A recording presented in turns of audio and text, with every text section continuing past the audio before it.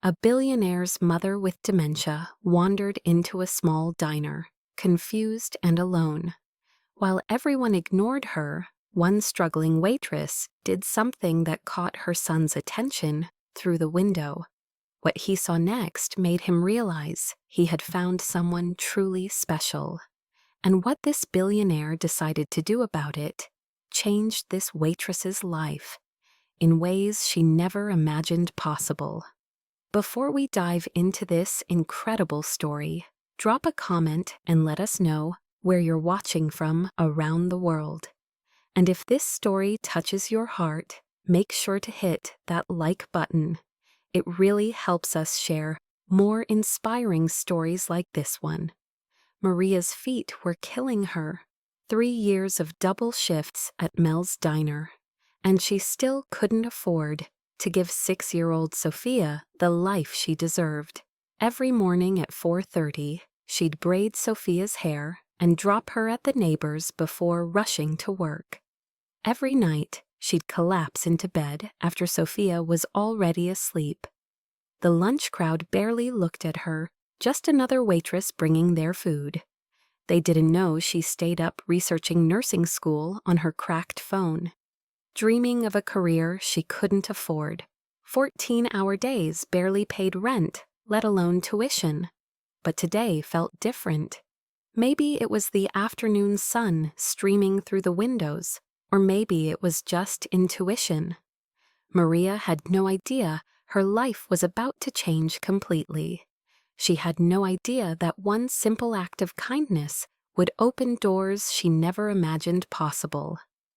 Around 3 in the afternoon, when the lunch crowd had cleared out and the diner settled into its quiet rhythm, the front door chimed softly.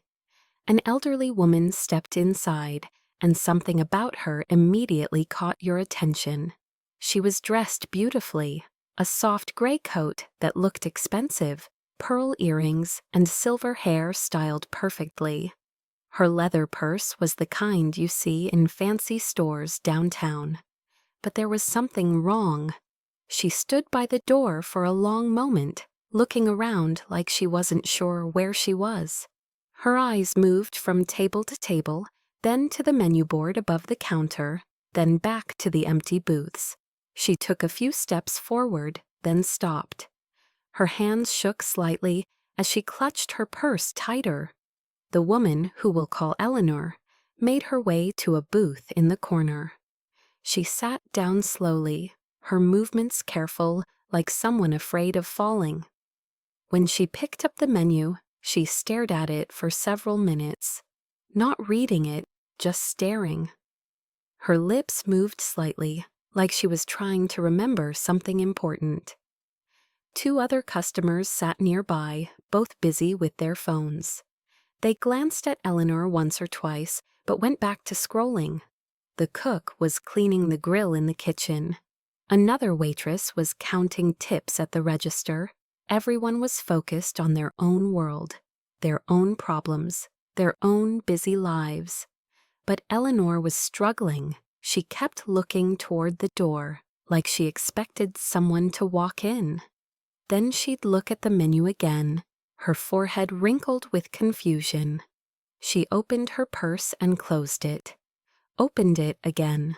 Her breathing seemed faster now, like she was getting scared.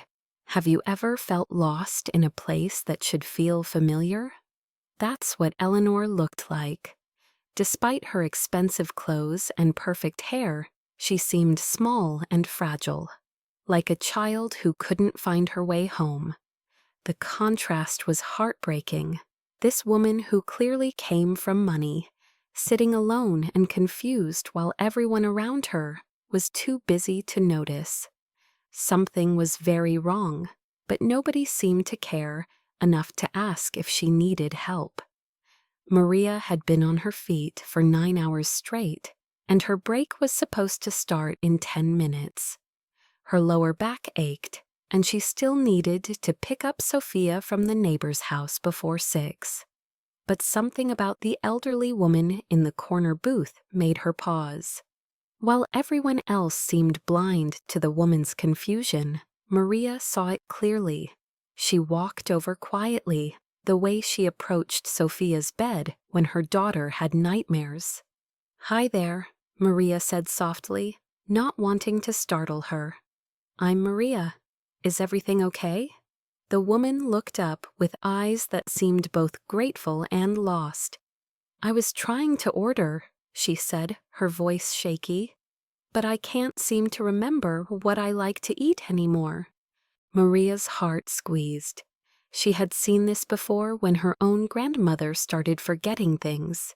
She sat down across from Eleanor, even though she wasn't supposed to sit with customers. "That's okay," Maria said gently. "What sounds good to you right now?" "Something warm, maybe." Eleanor nodded, like a child being offered comfort. "Something warm would be nice."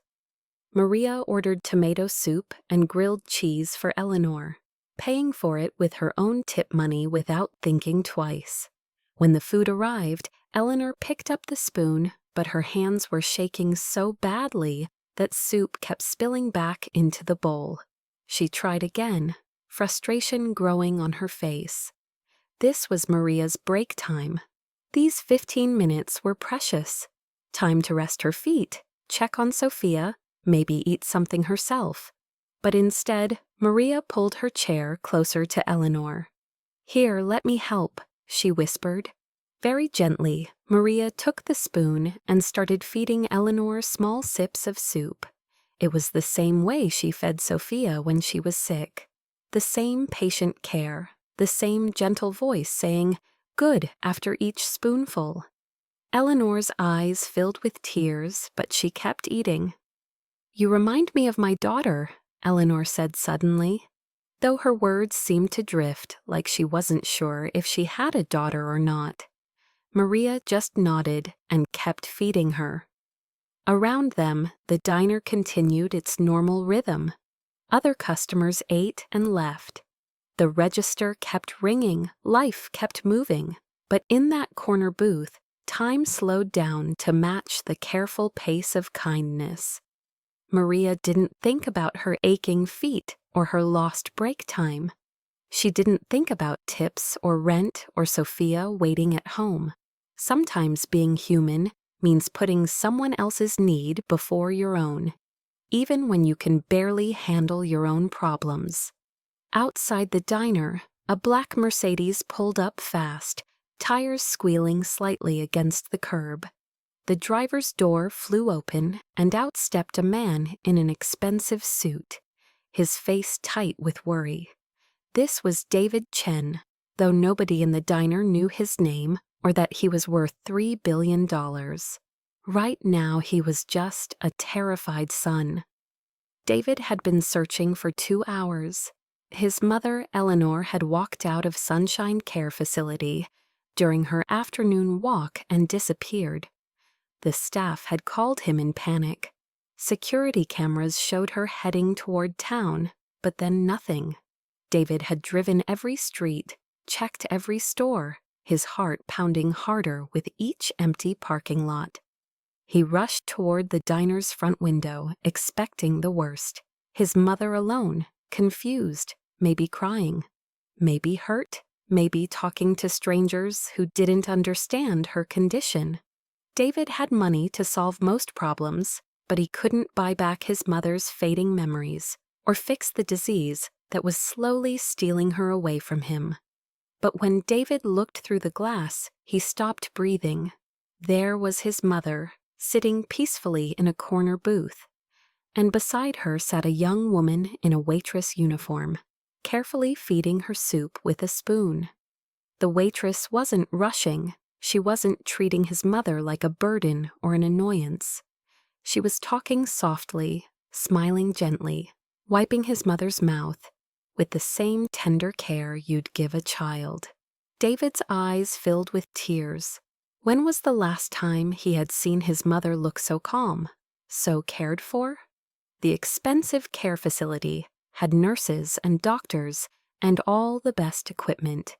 But they didn't have this, someone willing to sit and be present, to treat an old woman with confusion like she still mattered. The waitress didn't know she was being watched. She didn't know this confused elderly woman was the mother of one of the richest men in the state.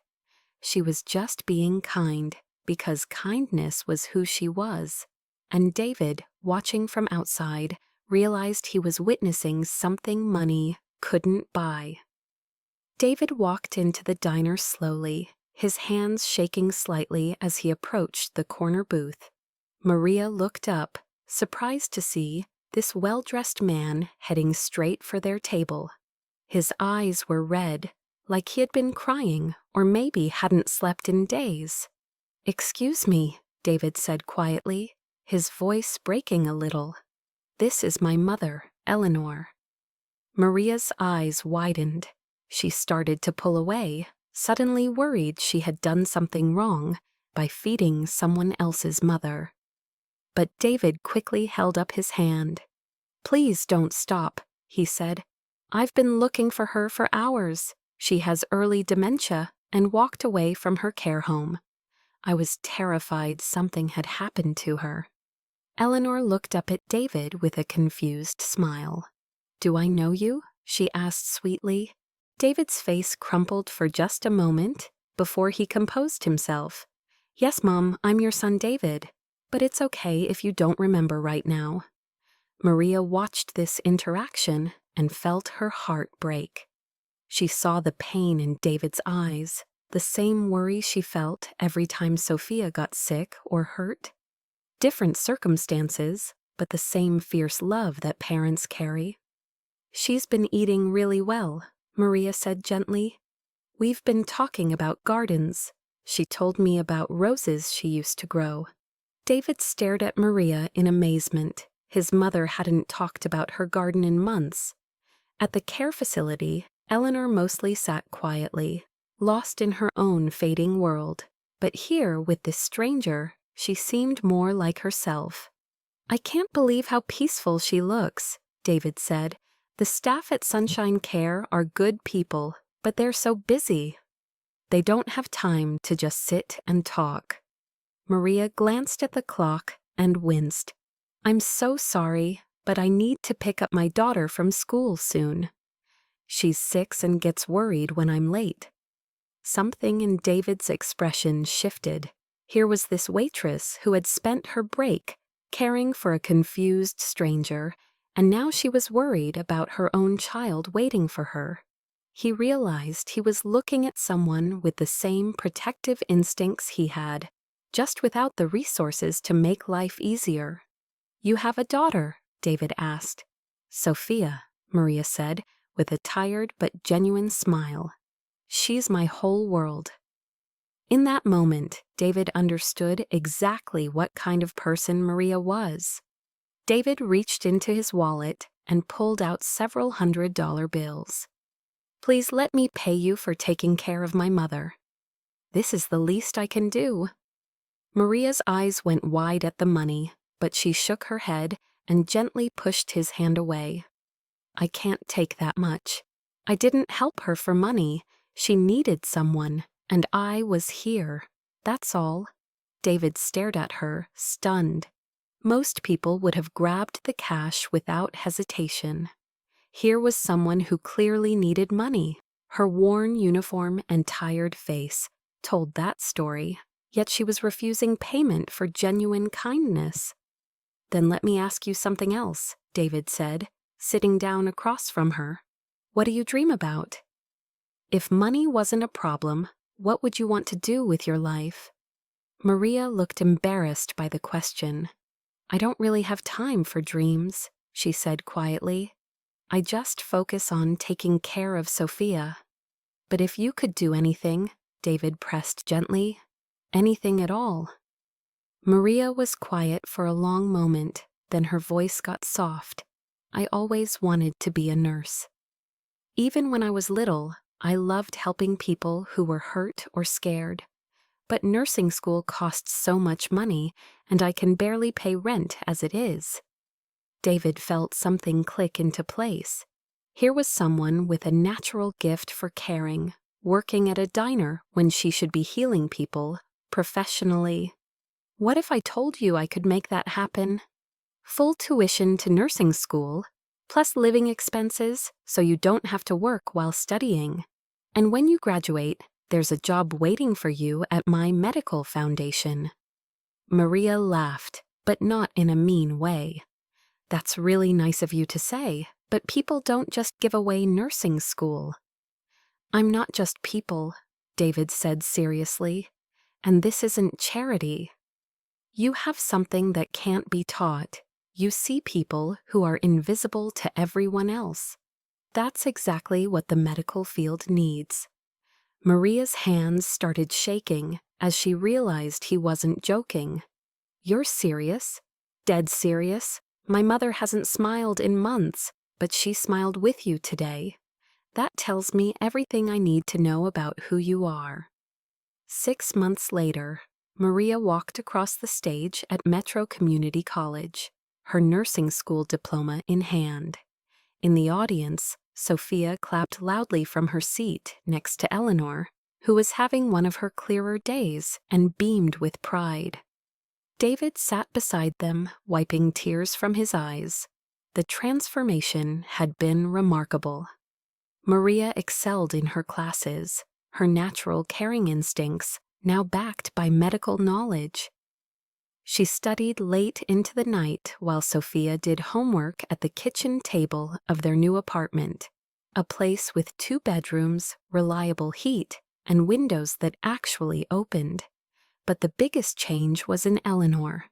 Instead of sitting alone at Sunshine Care, she now lived in a special wing of David's home, with Maria as her primary caregiver. The confused, frightened woman from the diner had been replaced by someone who smiled daily, who remembered more often, and who called Maria "my dear" with genuine affection.